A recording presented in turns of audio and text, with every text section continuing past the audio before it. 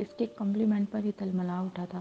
مجھے تو یہ کہیں سے انسانوں والا طریقہ نہیں لگ رہا فاطمہ صاحبہ، اتنا پورا اور بے لگام طریقے سے کون سوتا ہے یار؟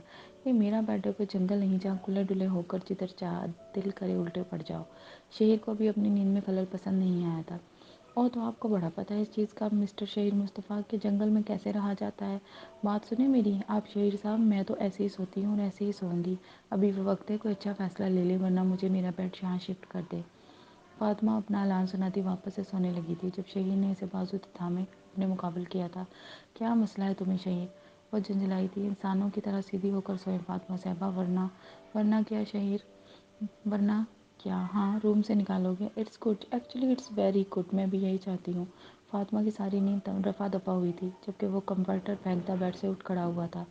تم سے تو بات کرنا ہی فضول ہے۔ شہیر کی حالت دیکھ کر لگتا تھا محبت کا سارا نشہ ایک ہی رات میں اڑن چھو ہوا تھا۔ صبح کی اذان نے گویا صحیح راستہ دکھایا تھا اور وہ فریش ہوتے مسجد کی طرف بڑھ گیا جبکہ کھلا اور صاف میدان دیکھ فاطمہ ایک بار پھر سے بیڈ پر دراز ہوئی تھی۔ اس وقت تقریباً سب لوگ ہی جمال آغا کے پورشن میں موجود تھے جہاں پر بریک فاسٹ میں فاطمہ اور شہیر کے لیے خصوصی پروٹوکول رکھا گیا تھا، جبکہ فاطمہ ایک بھرپور نیند لینے کے بعد وہاں موجود تھی۔ شہیر بھی صبح کی نماز کے بعد آغا جان اور جمال آغا کے ساتھ چہل قدمی کرتے وقت گزار کر ادھر ادھر گھومتے ہوئے بریک فاسٹ ٹیبل پر پہنچا تھا، مگر اسے شاش پیشاب انداز میں سب سے محو گفتگو دیکھ اپنی کھوئی ہوئی نیند کا احساس بری طرح غالب آیا تھا۔ ہاں بھائی کیسے ہو برخوردار، ہماری پوتی نے زیادہ تنگ تو نہیں کیا تھا نا؟ کمال آغا کے سوال پر دل چاہا کہ دیوانے غالب کھول کر ان کے سامنے رکھ دیں، مگر مجبوری تھی کہ کمپرومائز کرنا پڑا۔ نہیں بڑے دادو۔ شہیر کا مؤدبانہ انداز دیکھ فاطمہ پہلو بدل کر رہ گئی تھی۔ آج مجھے بھی آپ سب لوگوں سے کچھ کہنا تھا ڈیڈ، یا یوں کہہ لیں آپ لوگوں سے آپ کی قیمتی چیز چاہیے مجھے۔ چونکہ ٹیبل کا ماحول انتہائی خوشگوار اور سازگار تھا، عروج نے اپنے دل کی خواہش رکھنا مناسب سمجھا تھا، جبکہ حریر نے اسے تنبیہ نظروں سے دیکھا، پر وہ متوجہ کہاں تھی۔ ارے بھائی ضرور، یہ کہ کوئی کہنے کی والی بات ہے؟ بھائی ہمارا تو سب کچھ ہی آپ لوگوں کا ہے۔ کمال آغا نے عروج کے سر پر ہاتھ رکھا تھا جبکہ وہ مسکراتی نظروں سے زرکشا کو دیکھ رہی تھی جو کچن سے پراٹھے اور باقی کی کمی بیش اشیاء لانے میں آبدار کی مدد کر رہی تھی۔ ایکچولی مجھے نوشیروان کے لیے زرکشا کا ہاتھ چاہیے پلیز آگو جان۔ ذاتی اختلافات ایک طرف، مگر زرکشا کو دیکھ کر مجھے بیٹی نہ ہونے کا عقل ختم ہو جاتا ہے۔ آگو جان آپ میری خواہش کا انکار مت کریے گا، عروج نے لاڈ بھرے انداز میں کہا تھا، جبکہ ٹیبل پر ایک سناٹا سا چھا گیا تھا جو جہاں تھا وہیں رہ گیا تھا۔ یہ لو عمر تمہارا فیورٹ آملیٹ۔ آبدار جو ابھی کچن سے آئی تھی اس کے سامنے آملیٹ رکھتے مسکرائی تھی اور آگے کی طرف بڑھ گئی، جبکہ زرکشا نے اس کے سامنے گرم گرم پراٹھے رکھے تھے جو سب کے مارے نڈھال سا بیٹا کبھی بھی مٹھی بند کرتا تھا تو کبھی کھول رہا تھا۔ زرکشا کو دیکھتے اس کی آنکھوں میں خون کی لہر اتری تھی، جبکہ وہ جو آبدار کے پیچھے بڑھی تھی جھٹکا کھاتے اپنی جگہ رکی جس کا ہاتھ عمر کی گرفت میں تھا۔ یہ بھی شکر تھا اس وقت کوئی بھی ان کی جانب متوجہ نہیں تھا۔ زرکشا کو لگ رہا تھا اس کا ہاتھ ٹوٹ جائے گا۔ تم جانتی ہو عروج کے اس لڑکی کی مثال ٹاٹ میں پیمند لگانے والی ہوگی، کیوں وجہ سے تم بھی انجان نہیں ہو، پر اگر آج بھی سعدی ہمارے سامنے سارے حقائق رکھ کر اپنے ماضی کا ایک ایک ورقہ کھول کر رکھ دے تو شاید تمہاری خواہش کو بھی پورا کیا جا سکتا ہے۔ آگو جان نے انکار نہیں کیا تھا، لیکن جو شرائط رکھی تھی ان پر سعدین پہلو بدل کر رہ گیا تھا۔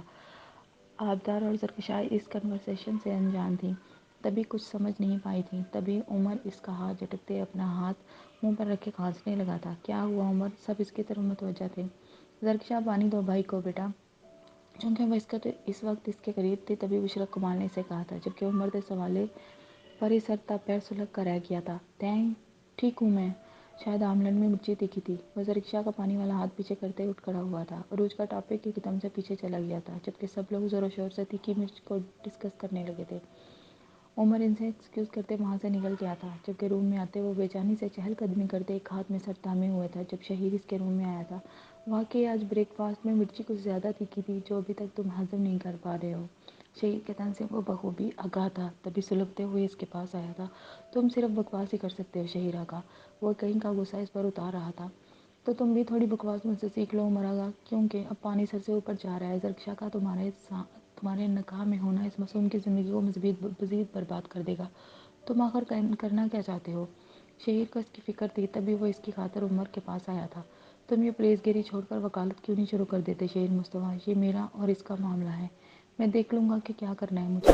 عمر آغا اتنی آسانی سے اپنے پروں پر پانی ڈالنے دینے والوں میں سے نہیں تھا۔ افسوس ہے عمر، خود پسندی اور خود غرضی کی بھی حد ہوتی ہے۔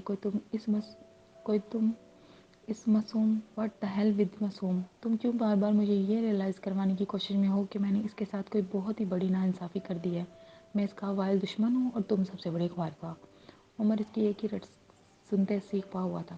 باہر میں جاؤ تم، میرا ہی دماغ خراب ہوتا کہ تمہارے پاس بات کرنے چلا آیا۔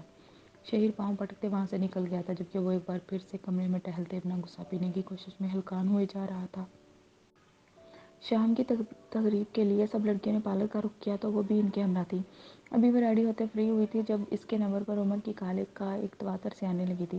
آج ٹیبل پر ہونے والی کچھ باتیں اس تک بھی پہنچی تھی جنہیں سن کر وہ کافی ڈسہارٹ سی تھی۔ البتہ عمر کی طرف سے ایک دھکا لگا ہوا تھا، نہ جانے وہ کیا کرنے والا ہے۔ اس کی پریشانی میں مزید اضافہ عمر کے میسیجز نے کیا جو اسے باہر آنے کا کہہ رہا تھا، ورنہ دوسری صورت میں سنگین دھمکیاں تھیں وہ فاطمہ کو حریف کی طرف سے عمر کو بھیجنے کا بتاتے باہر نکل آئی تھی، کیونکہ ربیہ بھی یہاں تھی۔ یقیناً اس کا عمر کے ساتھ جانا اس کے نئی نئی فیانسی کو آکورڈ فیل کرا سکتا تھا۔ وہ مسلسل پیشانی مسلتے بے چینی سے اس کا انتظار کر رہا تھا جب ٹیپ گرین رنگ کی ساڑی میں ملبوس زرکشا کو سہت سہت کر قدم اتارتے دیکھ وہ اپنی جگہ تھم سا گیا تھا۔ چونکہ سب کزنز کی طرف سے آج کے ولیمے کے لیے اسپیشل ساڑی تھیم رکھا گیا تھا، ایسے میں وہ بھی ان کے ہم پلہ تھی، جبکہ ہوا کے دوش پر لہراتا پلو سنبھالتی زرکشا کے لیے جہاں اس کی آنکھوں میں ستائش اتری تھی، وہیں سلک کے بلاؤز اس کی لچکیلی کمر کے خدوخال کو واضح کر رہی تھی جو بےحد ٹائٹ تھی۔ شاید ساڑی کا پلو قابو میں رہتا تو وہ لباس اس کے وجود کی رہنائیوں کو مکمل کور کیے ہوئے تھا۔ عمر کا پارا دھیرے دھیرے بڑھنے لگا تھا، ایسا لگتا تھا 3 منٹ کا یہ فاصلہ صدیوں پر محیط ہو چلا ہے۔ اسے قریب آتے دیکھ عمر نے فرنٹ ڈور اوپن کیا تو کوئی اور راہ نہ دیکھ وہ اس کے مقابل بیٹھی تھی، جبکہ عمر وہاں سے گاڑی نکالتے روڈ پر لایا تھا۔ ان دونوں کے درمیان خاموشی کا تسلسل برقرار رہا تھا جب وہ گاڑی کو مختلف راستوں سے گھماتے شہر کی حدود سے باہر نکلا تھا۔ اس کا ہر انداز چیخ چیخ کر بتا رہا تھا کہ اسے کہیں سکون نہیں مل رہا تھا، کیونکہ وہ جانتا تھا جو فیصلہ نوشیروان کے لیے تھا وہیں اس کے لیے بھی ہونا ہے، اور آغا مینشن کے مکینوں سے بغاوت کا کبھی اس نے سوچا ہی نہیں تھا۔ بالفرض وہ اس فساد کی جڑ کو ختم کر دیتا، خود سے الگ کر دیتا تو بھی دل کئی دہائیوں پر اتر آتا تھا۔ ایک جگہ گاڑی روکتے اس نے سیٹ کی پشت سے ٹیک لگائی اور خود کو ریلیکس کرنا چاہا تھا، جبکہ زرکشا خوفزدہ سی آس پاس دیکھ رہی تھی۔ شاید ہی کبھی وہ اتنے نرم انداز میں کبھی اس سے مخاطب ہوا ہو۔ زرکشا کو ایک لمحے گمان گزرا تھا شاید وہ کسی اور کو پکار بیٹھا ہے۔ زرکشا جواب دینے میں متحمل تھی جب عمر نے اپنی مضطرب لال ہوتی آنکھوں کھولے اسے دیکھا تھا۔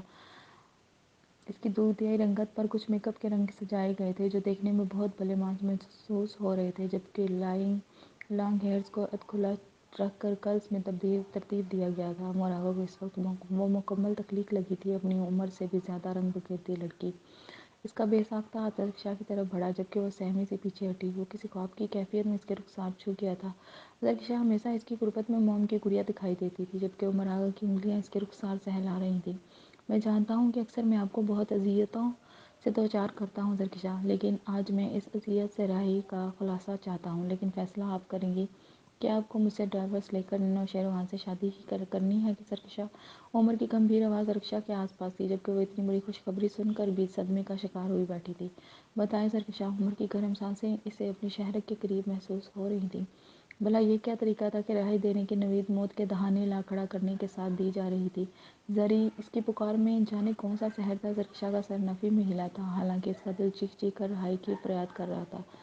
مجھے یقین نہیں آ رہا کہ یہ تم چاہتی ہو۔ مجھے یقین دلانے کے لیے تمہیں ٹھیک اسی طرح میری گردن پر بائٹ کرنا ہوگا جیسے گزری شب کیا تھا۔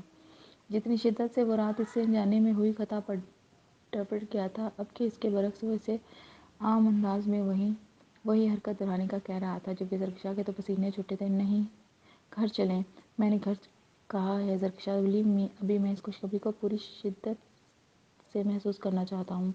عمر آگے کی بوجھل سانسوں کا بوجھ وہ اپنے کندھے پر محسوس کر سکتی تھی، تو وہیں اس کا داہنا رخسار سلگنے لگا تھا۔ رات جس طرح عمر نے اسے تھپڑ مارا تھا وہ بھلائے جانے والا نہیں تھا۔ کم آن زرکشا، بائٹ می۔ عمر کا اصرار بڑھ رہا تھا، جبکہ زرکشا کے پاس کوئی راستہ نہیں بچا تھا، جبکہ اس کے لب بوسے کی صورت میں اس کی گردن سے مس ہوئے تھے۔ عمر نے اپنی آنکھیں بند کر لی تھیں، گویا وہ اگلے لمحے کے لیے تیار تھا، مگر زرکشا ان قطع وار لمحوں کی سزا اسے دے چکی تھی، تو بھلا اب کس بات کی سزا دیتی اسے؟ زرکشا، اب کہ عمر کی پکار بہت سخت تھی۔ آئی کانٹ، زرکشا ہلکلائی تھی، جبکہ عمر نے اسے کندھے پر سے سر اٹھائے اسے دیکھا تھا۔ سیاہ ہنوتی آنکھوں میں بکھرتے موتی عمر پر عجیب طرح اثر کر رہے تھے۔ وہ زرکشا کا چہرہ تھامے اس کی آنکھوں سے موتی چننے لگا تھا۔ جبکہ وہ خود پر ضبط نہیں رکھ سکی اور مزید بکھری تھی۔ عمر نے اس کے چہرے سے اپنا چہرہ مس کرتے ہلکے سے اس کے کانوں کی لو پر بائٹ کیا تھا۔ آپ نوشیروان کو کال کریں گی کہ آپ کو اس سے شادی نہیں کرنی؟ اس کی اگلی بات سنتے زرکشا بے یقینی سے اسے دیکھنے لگی تھی، جبکہ وہ زرکشا کا سیل اٹھائے نوشیروان کا نمبر ملانے لگا تھا۔ اسے لگا تھا شاید عمر اسے خود سے الگ ہونے کی بس بات سنتے کو سزا دے گا، تبھی وہ نفی میں سر ہلا بیٹھی تھی۔ مگر اس کی من منشا کا جواب دیکھ کر بھی عمر آغا کو وہ راضی نہیں کر پائی تھی، جبھی وہ اس کے کندھے پر بندوق رکھ کر چلانے والا تھا۔ جاری ہے۔